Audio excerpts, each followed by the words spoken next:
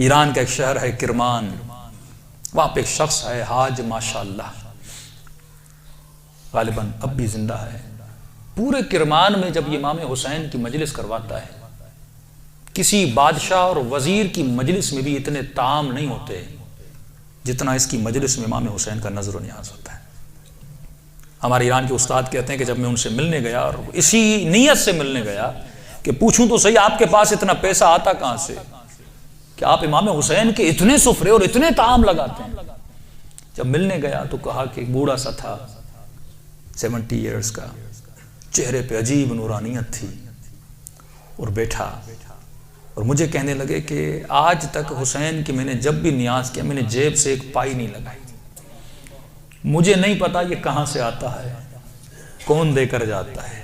یا آپ نے پریکٹیکلی مثلا امام بارگاہ بناتے وقت کس نے سوچا تھا اتنی بڑی امام بارگاہ مثلا بن جائے گی؟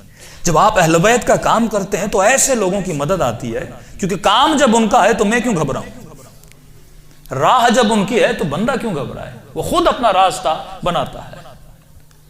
کہ پھر بھی یہ کیسے ہوا؟ میں نے آپ کے بارے میں بڑی چیزیں سنی۔ اس نے کہا کہ آج سے تقریباً 50 سال پہلے میرا کام تھا نجاری کا، جو لکڑیاں بناتے ہیں نا، لکڑی کا کام کرتا تھا، اور میری بڑی الفت تھی، محبت تھی امام حسین سے، میری زندگی عشق حسین کے محور میں گھومتی تھی۔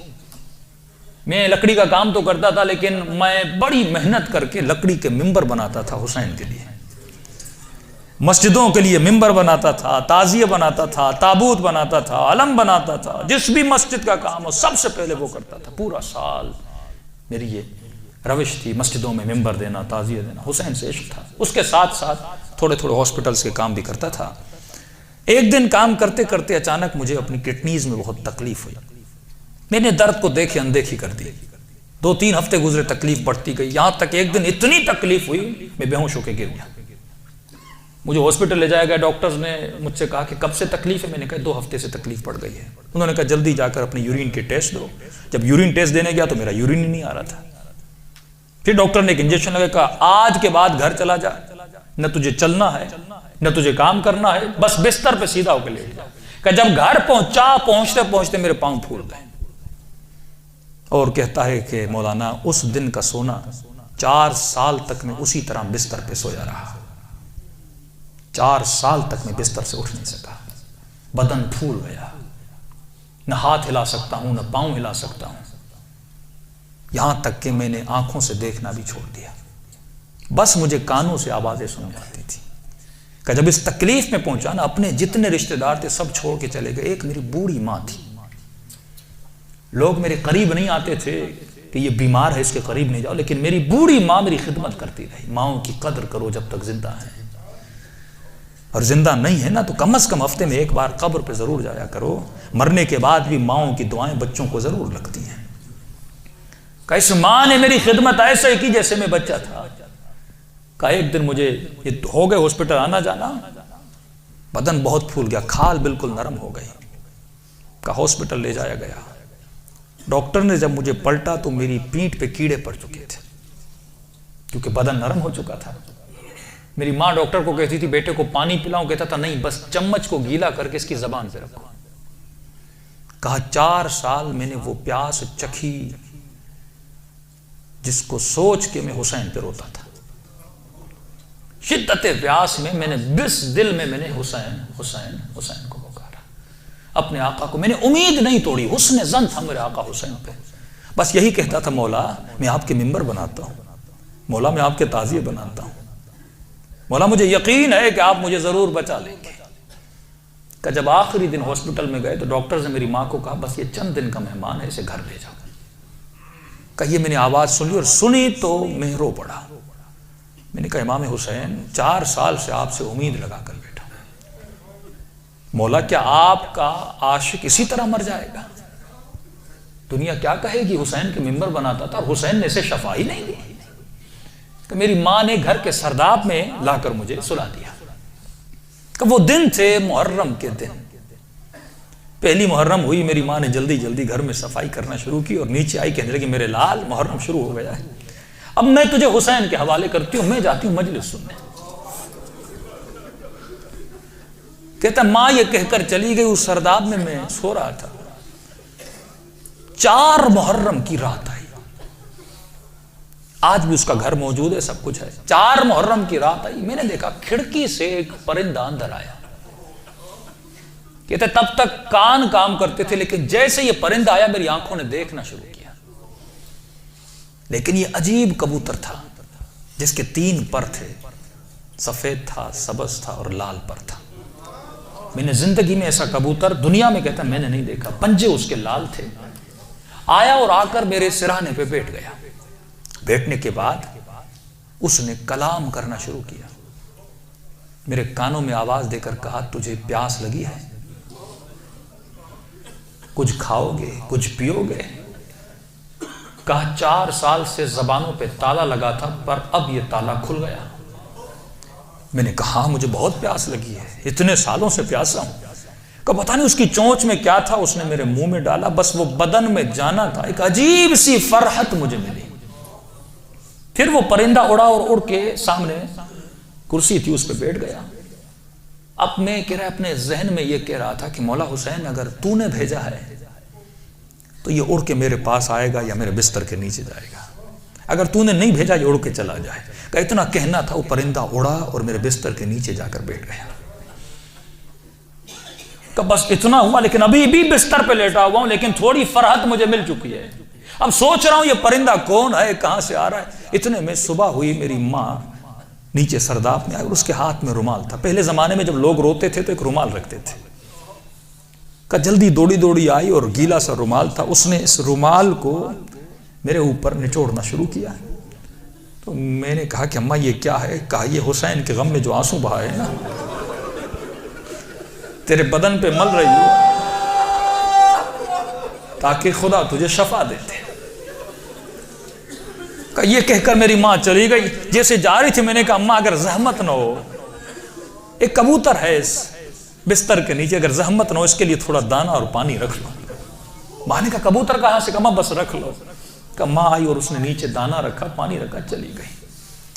کہتے غالباً 10 محرم کا دن ہوا، اب یہ 10 یا 14 اس کے بیچ میں کہتا ہے دن ہوا، عاشورہ کا دن ہوا۔ میں نے کہا مولا حسین آپ کی عاشورہ بھی آ گئی، اب بھی مجھے شفا نہیں دو گے؟ کہا رو ہی رہا تھا کہ اچانک میرے کمرے کا دروازہ کھلا اور میں نے ایک نورانی شخص کو اندر آتے ہوئے دیکھا۔ کہتا بستر کے ساتھ جو کرسی تھی وہاں آ کر بیٹھ گئے، بس میں نے چہرہ دیکھ کے سمجھ گیا یہ میرا حسین ہے۔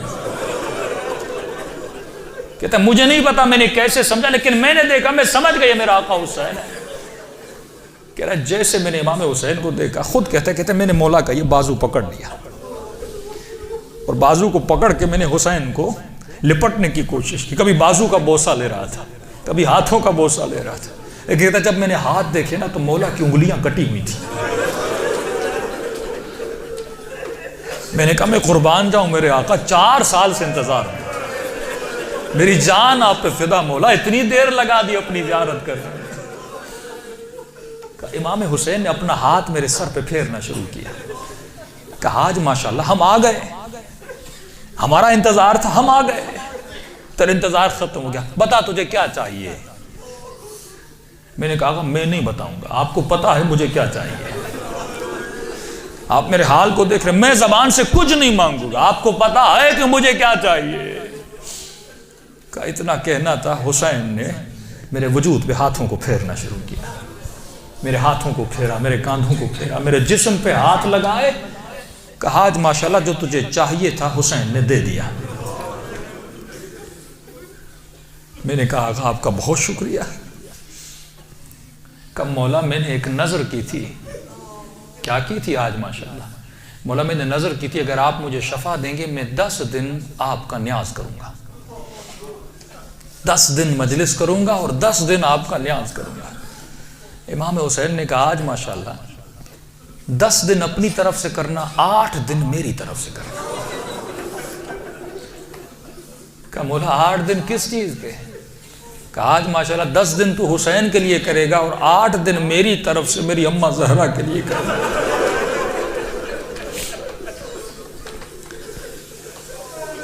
کہتا یہ کہہ کر حسین چلے گئے۔ اور جب چلے تو میں رونے لگا. اتنے میں وہ پرندہ بستر کے نیچے سے نکلا اور اس نے پرواز کرنا شروع کی. کہتا ہے مجھے نہیں پتا وہ پرندہ پڑھ کیا رہا تھا, حسین آواز میں کچھ کہہ رہا تھا. آواز سن کے میری ماں دوڑتی ہوئی نیچے آئی. جیسی نیچے آئی, لیکن دہشت اتنی تھی اس آواز میں, میری ماں اندر نہیں آ رہی تھی, پیچھے سے کہہ رہی تھی ماشاءاللہ یہ کمرے میں آوازیں کیسی ہیں. میں رو کر کہہ رہا تھا اماں اندر آ جاؤ, حسین نے مجھے شفا دے دی.